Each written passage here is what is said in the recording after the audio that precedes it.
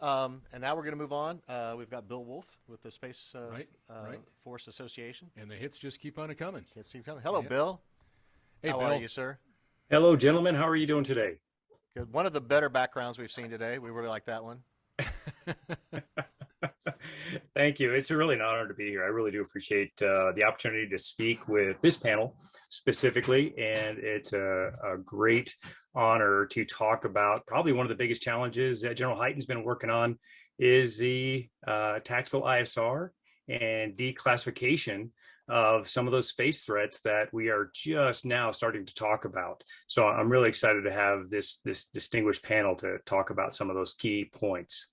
Well, we will leave you to it. We really appreciate it. We're looking forward to it. Yep, Enjoy. Go for it. All right. Thank you, gentlemen. Appreciate that. Hi, everyone. My name is Bill Woolf. I'm the president and founder of the Space Force Association. I'm also honored to be on the Space Advisory Council for America's Future Series.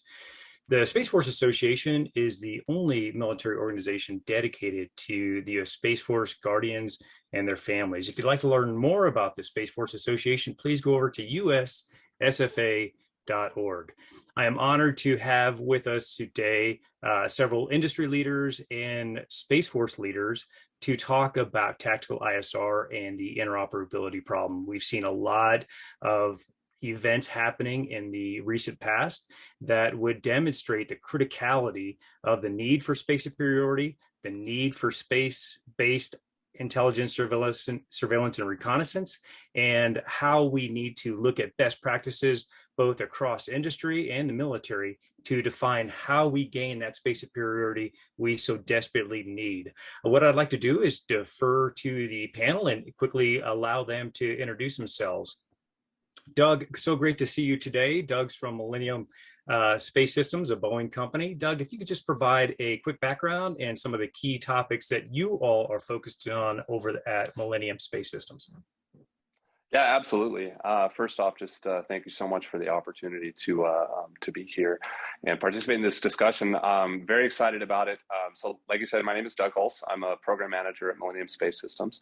And so Millennium, if you're not familiar with it, we are a satellite prime contractor, and our niche is really small satellites predominantly, but focused nearly exclusively on national security space. And that's why this ISR mission is really so important to us.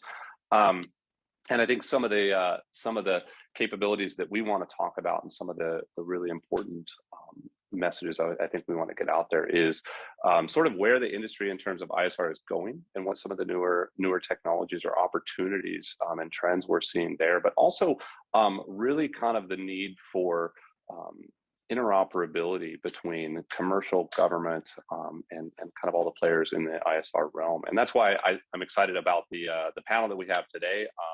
Looking forward to hearing what everybody has to say. Really excited to hear from Colonel Birchenough, and actually really excited for him to be on here. With he provided us a whole bunch of support and help getting our recent Wide Field of View program off the ground. And so yeah, just really excited to talk through some of the advances in processing and sensing in space capabilities and technologies. And yeah, so again, just thank you for the opportunity. I'm looking forward to the conversation. Great. Thank you so much, Doug. Again, thank you so much for being here. I'd like to turn the stage over to Guy. I'm going to butcher this last name if I try to pronounce it. So I'll defer to you and let you pronounce it. But please provide your background and a little bit about your company as well. No problem. And thank you for inviting me to be on this panel. Very honored to be here. My name is Guy de Carufel. I'm with Cognitive Space, founded the company 4 years ago, and now CTO of the company. Like Doug, we're definitely interested in the tactical ISR and how we can support that from an automation perspective. And so we leverage AI technology like reinforcement learning and other systems to really automate how you can do constellation management as a whole, working with satellite operators to help them with their operations, but also working with the end user. In this case, we've been working heavily with AFRL with their hybrid space architecture missions to leverage commercial space. And so our mission is really around how do you best leverage space, make the full use of it, and really get the most out of it and shorten the latencies in getting that tactical ISR to the warfighter and the end user. So with that, No, thanks again, and I look forward to the panel. Great. Thank you, Guy. I appreciate that background. Last and definitely not least, Colonel Dennis Birchenough from the Space Systems Command. Colonel, thanks so much for being with us today. Please provide a little bit about your background and what you're working on over there at Space Systems Command. Sure thing. Thanks, Bill. Can you guys hear me okay? All right, fantastic. Hey, I'm Colonel Dennis Birchenough. I'm the commander here for the Environmental and Tactical Surveillance Acquisition Delta at Space Systems Command in Los Angeles, Air Force Base, California. Basically, I have 3 branches under me. 2 of them are weather related, but one of them is our tactical surveillance branch. And basically, what we're looking at there, I think you've heard it several times today, is exploiting the data that we already have. So the data that we've already got access to, we exploit that, and then buying data that others have access to that we don't yet have access to. If we can buy that from commercial ISR, we're pursuing things along those lines. And then, of course, building only what we must. And that's things that nobody has access to. There's certainly data requirements out there for that. So those are the three really main areas that we're looking at. I can talk about HAD glue and some of the touch points to DARPA and Blackjack later, if that's relevant in the discussion. It's good to see Doug and Guy here. I met with Guy just a couple weeks ago, and yeah, just got back from the Cape launching USSF-12 and Wide Field View with Millennium Systems. It was a pleasure being out there with Jason Kim. So good seeing both of you here today. Sir, thanks so much for that background. I appreciate it, and all the work you're doing out there at Space Systems Command. I know it's a daunting task that you have before you, and let's get right into it, referencing that first launch. How quickly are we able to, as a nation, get these critical capabilities deployed on orbit and ready for operations? Can you get into that just a little bit? And if we can't talk about anything, you feel free at any point to say, we can't talk about that. So I'll ask that first question, and then we'll go from there. Yeah, so I can reference Wide Field of View. Obviously, it went up 1 July, and they're doing all the checkouts and testing right now, drifting it over to where we want it. I think I've talked to the team, so it's going to take, and that's a prototype. That's not operational, but we are having discussions with Millennium as well as Spock to see if that is something we can operationalize. I think they're going to be very happy with the data they get, and they're going to want to inject that into the system immediately. So that's going to take a couple months. I think maybe November. I think Millennium could probably speak better on when that'll be ready, but that's when we'll get first light. So it takes some time to get the actual satellite ready to even start collecting data and doing calibrations. Things like SIBRs and other OPIR or ISR assets, it's really unique to the satellite program, and those program managers could speak better to that.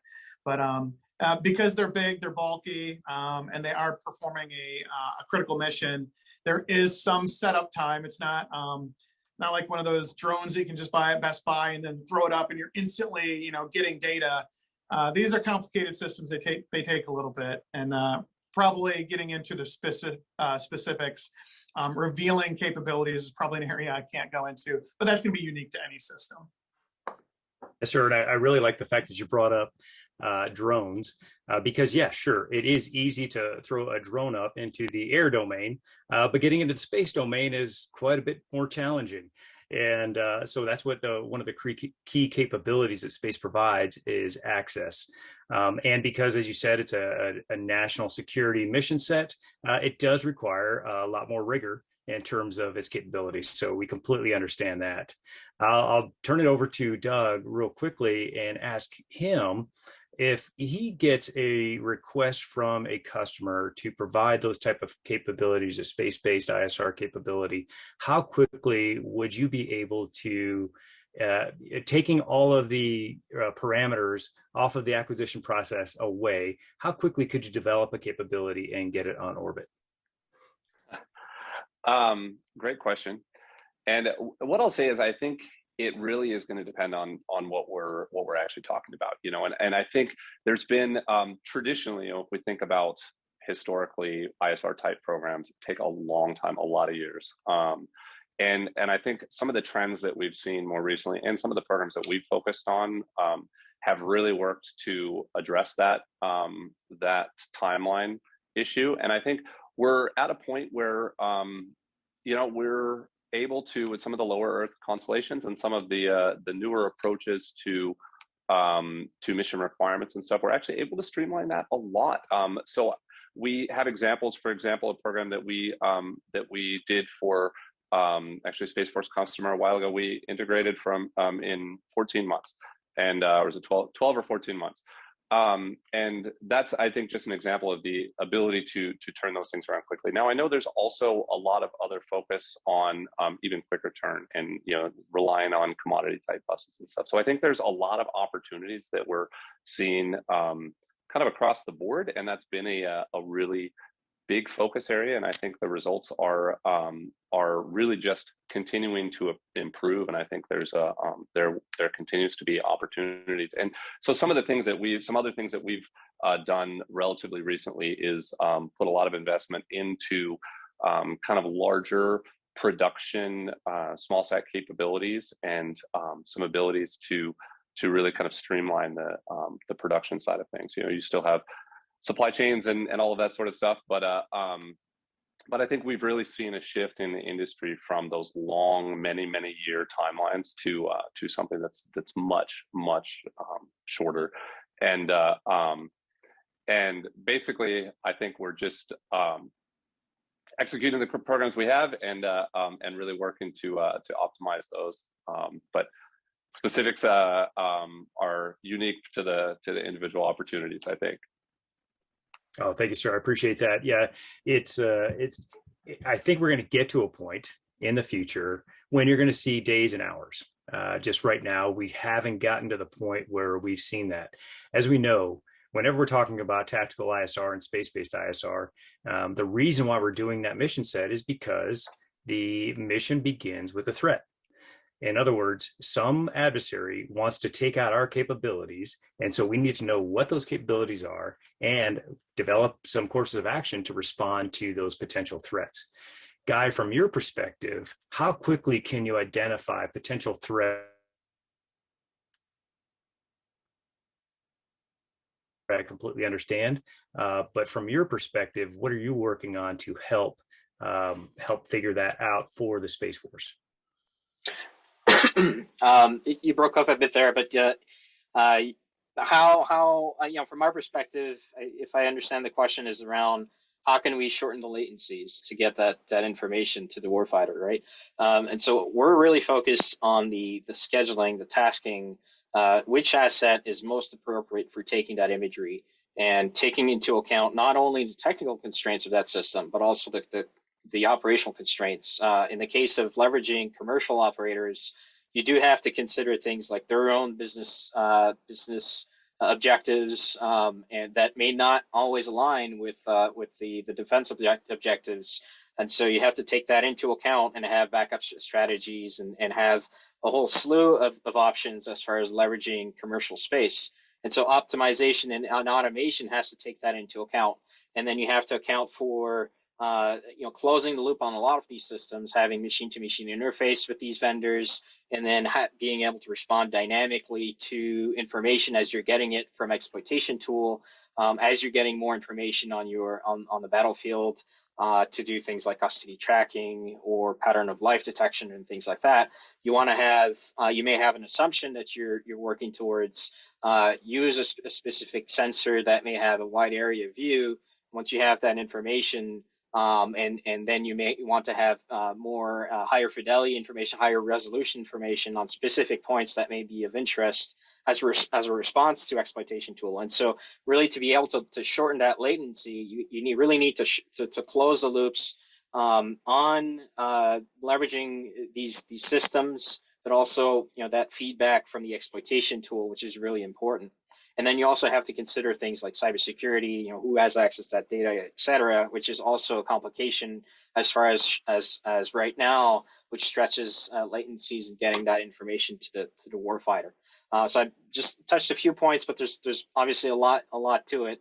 in terms of automation and getting that information. But we're really focused on how do you take the mission that you have, which may have different priorities, different co-coms may need different information at different times. How do you take those priorities and translate that to tasking the appropriate asset? Yeah, that's a great overview. And I apologize if my internet is or seems a little unstable. I just realized I am operating on Starlink solely. And so if I get a glitch, it's only because I'm trying to get signals through space right now. Speaking of Starlink, that's an example of how a private company deployed a space superiority type capability in support of the Ukrainian effort to essentially privatize space superiority, but also allow for command and control. Is that a model that the Space Force is looking at in terms of providing space superiority on demand and or deferring to space superiority as a service to industry partners? Colonel, over to you for your insights and thoughts on that, sir. Yeah, absolutely. Great question, Bill. Hey, so because I've got the two weather branches under me, we've been looking at weather as a data service. Maybe we don't want to start off and do OPIR or, nuclear detections immediately. Like that might be too big of a chunk to think about, but we are thinking about those things. So one way to get after this, we've sent out an RFI recently asking companies, hey, what could you do for us for providing weather as a data service, for example? So that is absolutely one thing that we're looking at. We just recently had the ISR Reverse Industry Day a couple months back out in DC, and we were able to talk to all of the companies, or many of the companies out there, Amazon, SpaceX, Terran, just to name a few of. They're putting up multiple constellations, large constellations, on the order of thousands, right? And in many of those cases, what we've discovered is maybe there's an in-between between building it ourselves and them taking care of the whole constellation and providing it as a service. Maybe there's a hosted payload piece in between, because many of those satellites that they're putting up have a lot of extra space available, a lot of size or electricity and power available. They've already got the connections made. We can ride share up if only they knew what to put there. So we are definitely thinking of a middle piece as well of providing sensors or being a matchmaker between two companies, one that might have a sensor and one that might have some space available, and pair them up, and then we get to leverage the data link that's already down. Yeah, absolutely, we're definitely thinking about as a service opportunities, as well as hosted payload opportunities that might fit in between. Thank you, sir. I appreciate that. Doug, if you have anything to add to that topic, please feel free to do so. At the same time, I would like to ask the question, because potential adversaries have come out in open source and said, one of our key things that we're going to do is take out Starlink. So how is industry dealing with that type of potential threat to mitigate that potential threat, and then to help, again, continue to provide that space superiority mission that's so important? So, sir, if you want to add on to those and then answer that question, greatly appreciate it. Yeah, absolutely. So I think the thing that I would kind of jump on here is really, and Colonel Birchenough touched on this a little bit, a hybrid approach to any of these missions. I think all of our eggs in one basket isn't going to work, and regardless of what the use case is, whether this is weather or tactical ISR or comms or any of that, just because somebody goes after Starlink, well, if Starlink's the only thing we got, then maybe we are in trouble. So I think the real approach, and like I said, I think this is regardless of mission, regardless of capability, but is a hybrid approach. So I think that whether that's you mentioned so many constellations are going up, but what's the right answer? I don't think any one of those constellations is the right answer. I think all of those constellations is the right answer. I think that combined with maybe there is some use case, like Colonel Birchenough started off with the idea of build what we have to, and there will be something else that's maybe exquisite, that's unique in working in concert with with maybe the commercial constellations. But I think the right approach from a capability standpoint as well as a resiliency standpoint is absolutely a hybrid architecture of different providers, commercial working with government, and all of that working together. Now, then with that idea, I would also even put in there different orbits. There's a lot of these proliferated constellations are very focused on LEO, and that's great. LEO has a lot of advantages. It's quick to get things up there, and it's relatively easy, and low latencies and such. But then there are advantages of MEO and GEO as well. And so I think working those in concert with each other is a way to be able to really leverage the best that we have from a data standpoint and a system standpoint, and get some resiliency out of that. Now, the hybrid approach like that, especially as you're crossing between different companies and different providers and different systems, requires a certain level of interoperability, requires an understanding of what are we doing and how are we working together, and what are the data products we're generating, what are the end users that are using them, and how are we doing command and control, how are we doing tasking and all that. So I think there's a lot of big questions in that, but I think fundamentally the right answer is a diversified hybrid approach to all of that. Great, thank you, Doug. And it looked like, Colonel, you had a quick comment that you wanted to make as well. No, thanks, Bill. Yeah, I just want to amplify what Doug was saying. We've talked about diversity and how diversifying things can really help us. And I think this is exactly one of those cases. The more we get interconnected with the commercial sector and whoever has a system up there, we've used the example of Starlink.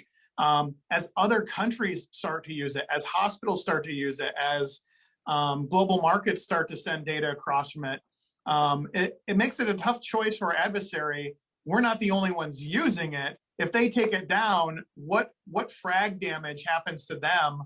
Or they take out a satellite link or whatnot, and now hospitals are upset, or now Denmark or Germany or the UK or Japan or somebody's mad at them. Really complicates the problem. That's one of the powers of what we're talking about here with this particular diversity that I really like. And I think there'll be a crawl, walk, run approach. At first, maybe there's only a couple customers, but I think down the road, the more and more people, the more and more companies, the more and more countries that use it, it doesn't make it so easy to just, we'll just take out X and then the US is gone. I really like that idea. Yes, sir, that makes sense. Obviously, you create such a dilemma for the adversary to take out your space superiority mission that they just don't do it because it's just too hard to do. So that's a great point. Guy, you had mentioned the importance of and the ability to take data and automation. How is that able to affect how much manpower is needed to maintain readiness on a constellation, health and status of a constellation? Can you provide some details on a number of resources? Because I know the Space Force is very limited in terms of its resources. And so how is the private sector leveraging manpower and automation to allow less people to do more work? Yeah, great question. And I think the industry in general is at a turning point right now where we're transitioning from managing satellites by satellites with operators, armies of operators looking at these satellites, their telemetry, and telling them what to do, getting in a room and doing planning for these systems. And that worked so far because of the scale that we've been. But right now we're transitioning where constellations of tens, hundreds, and even thousands of satellites are being deployed, where that model just simply won't work without automation. The one analogy I like to use is the telephone operator 100 years ago. They had switchboard operators, and that was fine when you had a limited amount of traffic that they had to route. But when the demand exploded for telephones, you had no way to manage that without automation. And we're at the same point right now in the space industry where the only way to really manage these systems is by automating that. And the good part is we're in luck because AI has improved to a point where we can teach AI systems let's call it the common sense or the logic that an operator needs to understand in terms of taking in variables, understanding all the different permutations and availability, and then making a decision as far as which assets should be tasked for a particular system and which backlog should they be using, how do they route that data, all those decisions. An AI system can take care of that, and as your complexity grows, these systems can scale with it. Whereas an operator will quickly, be overwhelmed by information, data information and options simply put, the human operator can't handle. And so the AI system can do it more quickly, more effectively, and doesn't suffer from decision fatigue that an operator would face. And so, we're really at a turning point where there's not much of an option in turning to systems like AI for doing automation of managing all these systems at the scale we're at now and where we're going in the future. Thank you, Guy. I appreciate that. Colonel, the question that's about to head your way in terms of the data, access to the data. I know, growing up in the Air Force, some of the earlier wars we had, we talked about information to ISR information just being thrown on the floor because we couldn't analyze it fast enough. So first, let me frame in the question this way. Could you briefly, from your perspective, provide the audience an overview of the difference between space domain awareness and intelligence, surveillance, and reconnaissance? Because I think that's an important distinction. And then two, the data is so important. What is Space Systems Command looking at in terms of data sets? And I know we're not going to get to complete program interoperability anytime soon, but perhaps we can get to data interoperability. So just a couple of questions for you, sir. No, that's awesome. I was expecting the SDA and ISR question. So what's the difference between space domain awareness and ISR? Space domain awareness, we can break it down in the sense of you're trying to discover actors, become aware of the actors that are in the domain, so red actors and blue actors, and then the domain itself and the environment itself. So in the case of space, it's solar flares, it's electromagnetic interference and radiation, and just the conditions of the environment. And then you've got the AI piece and the processing piece that makes sense out of all of those things so that you have full space domain awareness. ISR is really the ways and means by which you discover the red actors. So ISR is providing a piece of space domain awareness. The blue actors we know from our own operations and whatnot. And then I've got weather programs that and other sensors that sense the environment of space itself. But yeah, ISR is really going after the red actors, if that makes sense. The second question that you mentioned was looking at how do we make sense of the data sets, I believe. Yeah, so there's tons of data pools out there and data centers and whatnot. And part of that we're trying to get after using something called the TAP Lab. And that's up in Colorado, Boulder, Colorado. It's run by Mr. Steve Polliard. Used to be under me when we were at DCIA under SMC. And now it's under Colonel Dan Walter here at Space Sensing PEO. The TAP Lab ingests all that data and it looks at it for a lot of its OPIR data. And they've got a very specific use cases that they're trying to use that data for. And the rest, as you said, just kind of hits the cutting room floor and is not used. What the TAP Lab does is they use other algorithms to say, hey, wait a minute, there might be some other artifacts in here. And if we just run some different algorithms on it, maybe it can pull out some different information and still be relevant. So you're just trying to be more efficient with that OPIR data set. Now let's add in weather data, right? We are starting to run weather data through through the TAP lab, and this is where you can start using algorithms. So for OPIR, you get a bunch of clouds and you can't see anything. Used to throw that away, right? Now it's like, wait, maybe the weather guys and the weather folks can use this. Similarly, weather would get some information, but maybe there's something streaking across it, maybe a hypersonic missile or something.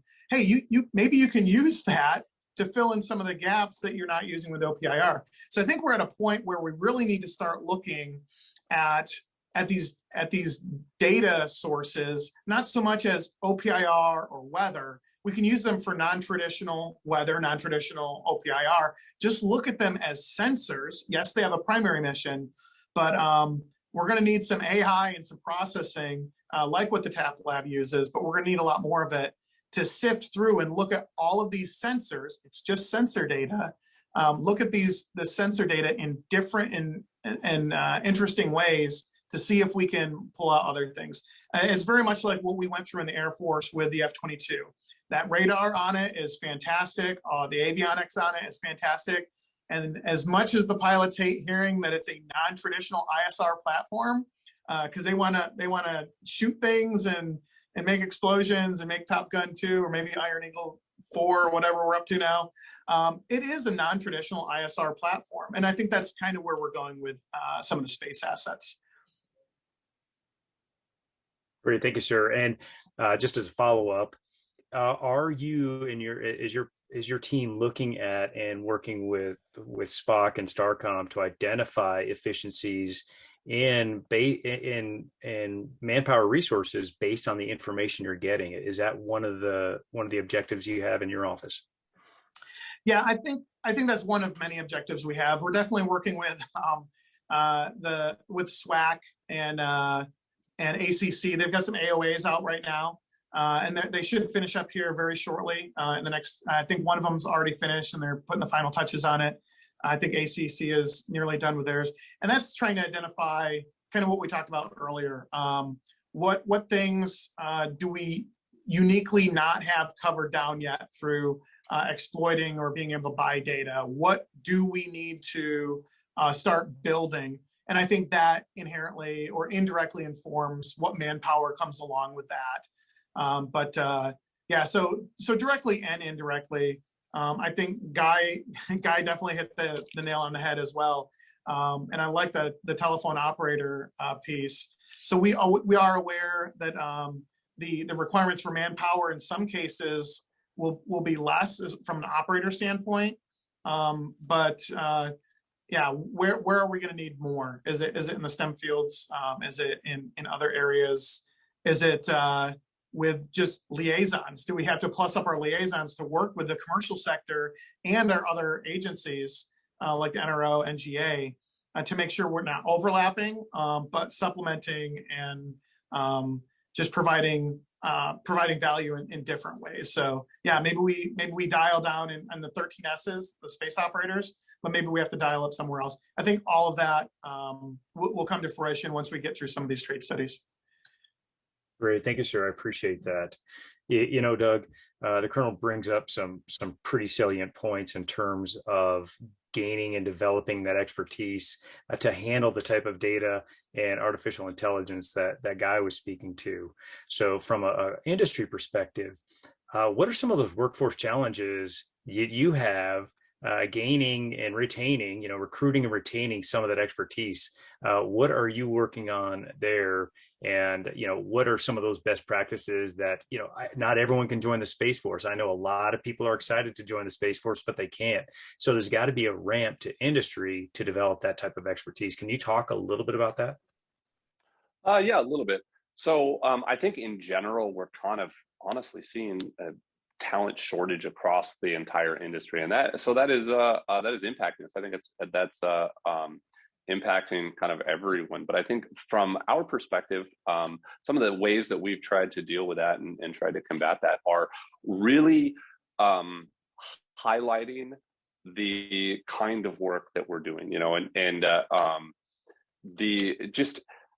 we get to see satellite data. We've got it is, I think, something that's somewhat unique for us at Millennium, as opposed to maybe some other companies, is our our folks are able to rapidly see and analyze and deliver actual, no kidding, satellite data, and that's pretty exciting. So one thing that we've done is just to kind of raise the awareness level in general across the industry, and not just our industry, but raise the awareness level of what we do. And another thing that I think is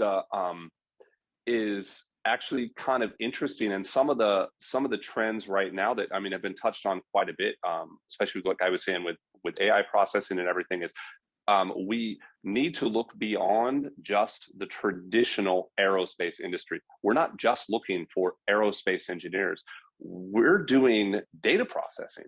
Are we looking at the same talent pools that maybe video game designers are looking at, or something like that? And there's, so that just the tech industry in general is needs to be where we're targeting, really kind of like dual use technologies and stuff like that. So make sure that we're again, industry-wide talent shortage, I think, but we need to make sure we're not too narrowly focused on what industries we're trying to pull from a talent standpoint. And back to the whole idea of diversification of our platforms, we really need, especially as we get into some of this really advanced data processing, we need a diversification of our workforce in terms of not just OPIR analysts. We need a fresh look at data. We need fresh ideas in terms of data fusion in, how are we approaching all of this processing from a, onboard edge processing standpoint versus ground-based, and I think the future is, like I mentioned a lot, that is a hybrid architecture of those. But point is, we need a workforce that has kind of that broader perspective. So again, back to kind of what are we trying to do about that from a workforce building standpoint is raise awareness to what we're doing outside of just the big aerospace companies and the space-focused career fairs and all of that. And so that's kind of been our approach. But again, I think the point is, it is a I think it was mentioned earlier. I think it was Guy that said we're kind of at a turning point in our industry of where we need to be doing things differently. And again, I also like that telephone operator analogy. And so we need to make sure that our approach to recruiting, our approach to bringing up that workforce, is not stuck in the telephone operator realm. And I think that's kind of our thinking right now.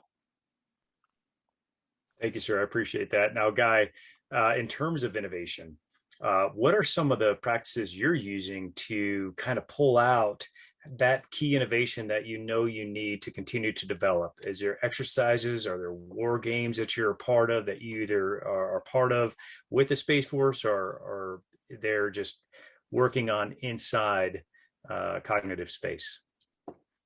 Yeah, so we've been involved with several exercises through the AFRL, what they call a hybrid architecture demonstration program, missions like RIMPAC and Valiant Shield, several other missions where they try. It's an exercise really to test out these concepts of how do you try to task commercial vendors to get their imagery into an active exercise, and how quickly can you do that, and what different processes can you do to shorten that time frame. And so we've been involved with that over the past 2 years, and it's been really valuable insight into what is the problem set and where should we focus our efforts in terms of innovation to really shorten that gap. Where can automation come in to replace manual processes?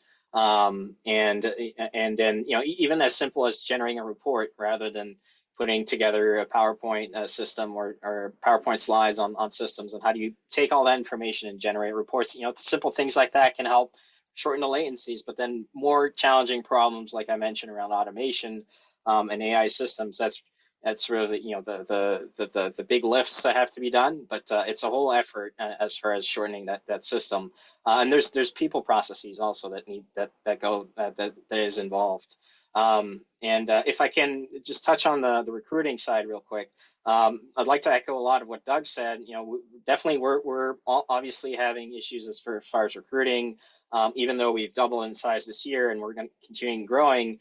The approach of really widening the not just in the aerospace field and recruiting outside is very important to have a diversity of viewpoints as far as innovation and bringing things that other industries have done, which are applicable in space, but not necessarily for a career aerospace engineer. Someone that's been in the auto industry, leveraging AI systems for self-driving cars, or in even financial industry to analyze data. All these different experience and expertise can play a role. That's not to say that domain expertise in space is also important. And so we have a mix of as far as what our team is built, is we have very deep domain expertise in remote sensing that has been there and done that as far as managing systems. But then we also bring fresh ideas through other, outside of the aerospace industry, to bring new ideas to question how things have been done. It's like, is that really the best way of doing it? Why don't we do it that way? And so it sort of opens up opportunities in innovation in general. Yeah, that's the key, isn't it? To continuously look at those specific scenarios and develop best practices from those scenarios. Now, that being said, Colonel, over to you. What is your team's way to gain some of the operators' needs from the field to ensure that that's brought back into your acquisition processes? No, that's a great question. So obviously we're tightly coupled with the deltas that are under SPOC. I just recently, when I went out to do one of my weather programs, PMRs up in Boulder, I took a drive down to talk to. I wasn't able to talk to SPOC that day, but I was able to talk to the SWAC team and kind of get their inputs. So I get some of their the deltas inputs indirectly. A few months ago, we had SPOC, STARCOM, and SSC, the three field comms, meet here for the first time. The generals were here, all the Delta commanders were here, and all of the acquisition Delta commanders were here as well. And so we sat down, we had breakout sessions with the SPOC deltas. So I met with Colonel Atwood in Delta 7. I met with Colonel Mark Brock in Delta 2. So we're having direct engagement with the other Delta commanders, as we should. And then kind of throughout the year, we have more tactical engagements with maybe the EWS, one of my weather branches, directly with the warfighter. We've reached out to, on the weather side at least, we've reached out to the wings out in Omaha to talk to the weather wing commander out there. So we're not the experts for those areas, and we realize that. But we know the experts, so we can gain that diversity of thought, if you will, by talking directly to those experts, and then we have that thought, and then we can pass it up or down the chain or sideways as we need to. If that answers that question. Yes, sir, it sure does. And the follow up obviously is how did the exercise? I know Space Flag is a relatively new tactical exercise that the Space Force is conducting, and I'm sure part of that is the ISR mission set. There may be an opportunity to take some of those best practices from those exercises and run them back through your office, if that's not already being done. But I'm sure you all are looking at that, so that would just be a follow-up. Yeah, I don't have any specifics on that. I think I'm probably still waiting for some of that data. But that's exactly what we would do in those exercises. We did that at Red Flag. That's right. I'm still Air Force, and I have a large Air Force career. But that's exactly what those exercises are for, and we'd be fools not to circle back and ingest that, and make some changes. But maybe later on we can do another panel, and you can ask me, hey, what did you find out? So hold my feet to the fire on that question. Yes, sir. I tell you, all of these types of discussions are required in terms of we got to have them regularly. And so this is, again, another great opportunity. And we can't do these types of sessions or panels without our sponsors. So I would like to say a big hearty thank you to Millennium Space Systems over there for sponsoring today's event. So thanks again, Doug. Doug, I'd like to just provide an opportunity to provide any closing comments about what you're working on and what you'd like to see in the future. Yeah, absolutely. Again, thank you. We super happy to be able to help with this event, and excited to be part of this conversation. I've enjoyed it immensely. But I think the kind of closing thoughts, again, just double down on the need for that hybrid approach to, I mean, we're talking ISR, so to the mission of ISR, and I think it's something that is really important as a even though we're industry, we're participants in the national security space realm, and so it is an important mission that we want to see advancing the way it can. And a couple things also further on that, approaches. Based on that, what are kind of asks I would have? I would say, or focus areas as kind of a takeaway are things like interoperability, and I touched on that a little bit earlier, of, as we are developing systems that are participating in ISR, how are we plugged into to kind of the broader problem set? And I think that's an area where we need a lot of government help. I think there's, and Colonel Birchenough touched on this. I think there's a lot of really good partnership going on with commercial industry and traditional industry and everything, but I think we really need the government's help in there from an interoperability standpoint, and also things like touch on the TAP lab a bit. Things like that, I think, give us a really good opportunity to kind of develop that and build that. So I think those are some of the focus areas that we're seeing as really important right now, and areas that we're trying to participate in, and I think will really help us to advance. I think that's what I have to add to this. And again, I just want to thank you for the opportunity. And I've really enjoyed the conversation. Thank you, Doug. I appreciate that. Guy, over to you, sir, for final thoughts from Cognitive Space. Well, thank you very much for this panel. It's been great discussion. I think there's a whole lot of other topics we could have touched on, and we could have been here all day, including cybersecurity and exploitation of data, and how do you get that data down quickly, and then considering things like modernization of ground systems, and so there's a whole bunch of topics to talk about. And what I will say is that it's really encouraging to see Space Force and the Air Force and the DoD in general really investing and understanding that to stay competitive with our adversaries, we really need to invest in these systems and move forward and adopt new technologies, and not do the same old as what we've done before, because we're, like I said earlier, at a turning point, and we really need to change how we're doing things if we're going to stay competitive. And so I'm really optimistic and